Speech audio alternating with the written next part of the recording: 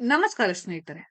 ಪರಪ್ಪನ ಅಗ್ರಹಾರ ಜೈಲಿನಲ್ಲಿ ಇಂದು ಅಂತಾರಾಷ್ಟ್ರೀಯ ಯೋಗ ದಿನಾಚರಣೆಯನ್ನ ಆಚರಿಸಲಾಗಿದೆ. ಜೈಲಿನಲ್ಲೇ ನಟ ದರ್ಶನ್ ಕೂಡ ಯೋಗದಲ್ಲಿ ಭಾಗಿಯಾಗಿರೋದು ಕಂಡುಬಂದಿದೆ.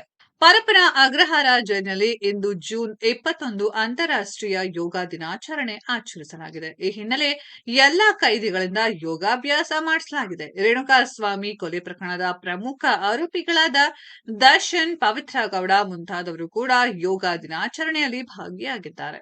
ಈ ಮೊದಲು ದರ್ಶನ್ ಬೆನ್ನು ನೋವಿನ ಸಮಸ್ಯೆ ಇರುವ ಕಾರಣದಿಂದ ಯೋಗ ದಿನಾಚರಣೆಯಲ್ಲಿ ಭಾಗಿಯಾಗಿಲ್ಲ ಎಂದು ಹೇಳಿದ್ರು. ಆದ್ರೆ ಅವರನ್ನ ಕಚೇರಿಗೆ ಕರೆಸಿಕೊಂಡು ಯೋಗ ಮಾಡುವಂತೆ ಅಲೋಕ್ ಕುಮಾರ್ ಸಲಹೆ ನೀಡಿದ್ರು. ಬೆನ್ನು ನೋವಿಗೆ ಯೋಗ ಮಾಡುವುದು ತುಂಬಾ ಒಳ್ಳೆಯದು ಎಂದು ಸಲಹೆ ಕೊಟ್ಟಿದ್ದಾರೆ. ಅನಂತರ ಜೈಲಿನ ಕಾರಿಡಾರ್ನಲ್ಲಿ ದರ್ಶನ್ ಅವರು ಯೋಗ ಮಾಡಿದ್ರು.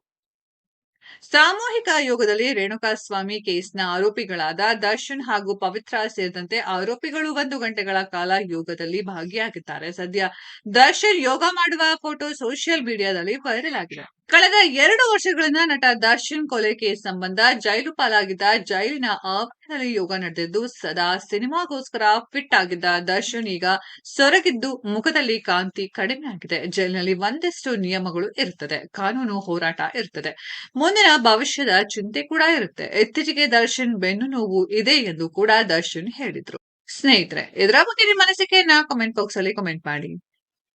ಈ ವಿಡಿಯೋ ಇಷ್ಟ ಆಗಿದ್ರೆ ಲೈಕ್ ಮಾಡಿ, ಶೇರ್ ಮಾಡಿ, ಚಾನೆಲ್ ನ ಸಬ್ಸ್ಕ್ರೈಬ್ ಮಾಡಿ, ಪಕ್ಕದಲ್ಲಿ ಇರೋ ಬೆಲ್ ಐಕಾನ್ ನ ಹಿಟ್ ಮಾಡಿ. ಮುಂದಿನ ವಿಡಿಯೋದಲ್ಲಿ ಭೇಟಿಯಾಗೋಣ. ಧನ್ಯವಾದಗಳು.